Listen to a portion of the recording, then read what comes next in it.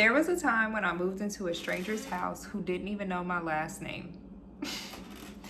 um, so I moved from my home state to Virginia a few years ago, or a couple of years ago. And I moved for a relationship. And fairly shortly after I moved, it did not work out. And so we broke up. And I had no family out here, no friends. I met a couple people, but nothing super close, super intimate. And so I was really just like out here on my own. And so there was this group of ladies, a small group of ladies that I was going to Bible study with. And what I didn't know is that I thought I knew the Lord. I thought I knew God. I thought I was in relationship with the Lord, and I was not.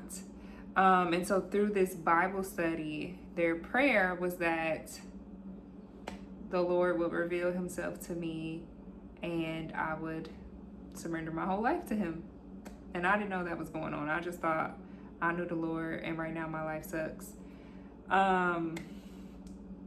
So I was faced with this choice. So I go back home and move to my hometown, which was like, it's 10 hours plus driving distance away from Virginia, or do I just stay in Virginia and stick it out and make a new life here, essentially? And I contemplated for a couple of weeks. During that time, one of my we were friends then, but more like acquaintances. We were still getting to know one another. So she was like, come and stay at my house. You don't have to make a decision right away. And, you know, she got a big family. And yeah, so they decided to let me stay the night. One night turned into three nights turned into a week. And then it became, all right, I think I felt a pull.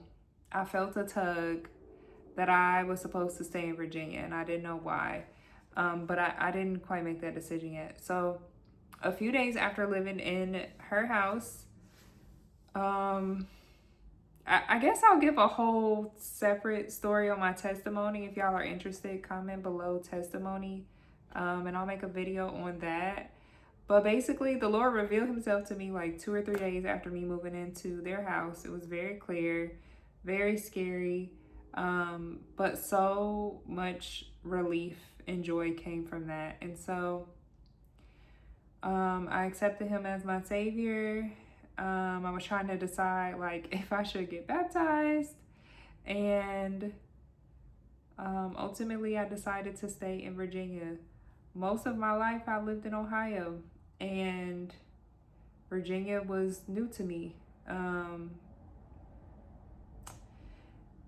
While I was living in Virginia before my ex and I broke up, my ex was the only person that I knew.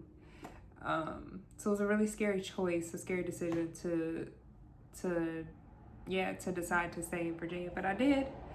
And here we are, it's like a year and a half in, close to 2 years, I think, since I decided to stay because I feel like the Lord was calling me to stay here. So yeah, it's funny because maybe like after a week, maybe even 2 weeks, my friend just randomly, we were hanging out in the living room and she was like, Kenny, what's your last name? I was like, girl, you let me move in your house and eat your food and I don't even know your last name. Yeah, and she just wanted to update my contact in her phone. But yeah, moving in to a stranger's house, as grateful as I was to have a place to stay, it was hard. There were a lot of adjustments to get used to. So yeah, I ended up living there for 3 months while I was basically trying to figure life out again as a new believer. And it basically felt like I had just moved to a new state because I had been in Virginia for several months, but I had not, Virginia didn't feel like home. And I don't think I was trying to make it feel like home. I think I was just chasing my ex, looking for security, looking for somebody to love me.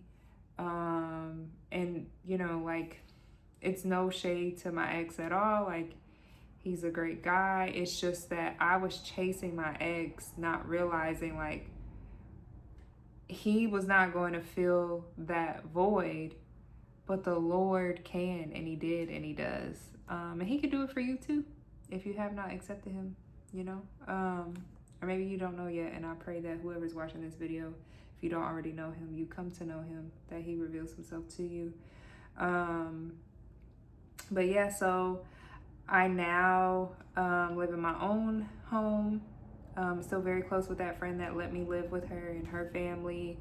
I have several different communities in which I'm a part of, where I, like, you know, I'm a part of a local church that I worship with, I'm in covenant with, we do life together. But then I also have another group of friends who we're like a part of a few different local churches, but we fellowship together often. We have dinners together, we have breakfast, we went kayaking recently, we go to worship nights, we pop up at each other's houses and cook for each other. It's really a beautiful thing.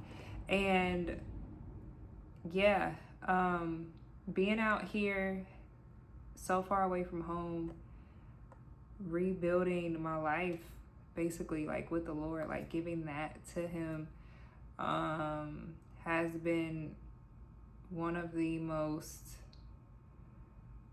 grief filled and joy filled experiences that I've ever had, because I was letting go of a lot, or so it felt like a lot. I was letting go of a lot to be with the Lord, and not realizing, like, there was so much he was giving back to me. Even things that I didn't know that I wanted or needed, he has provided. And yeah, I'm getting chills just even like talking about it, because my life did a 180 in the best way possible.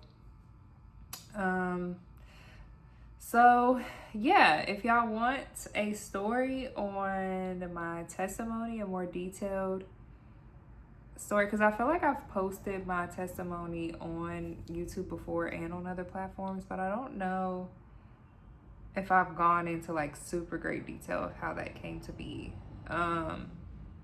So yeah, comment below if you want to see that. I hope y'all have a good night. Thanks for watching. Make sure you subscribe to my channel if you haven't already, and I will see y'all in the next video. Bye.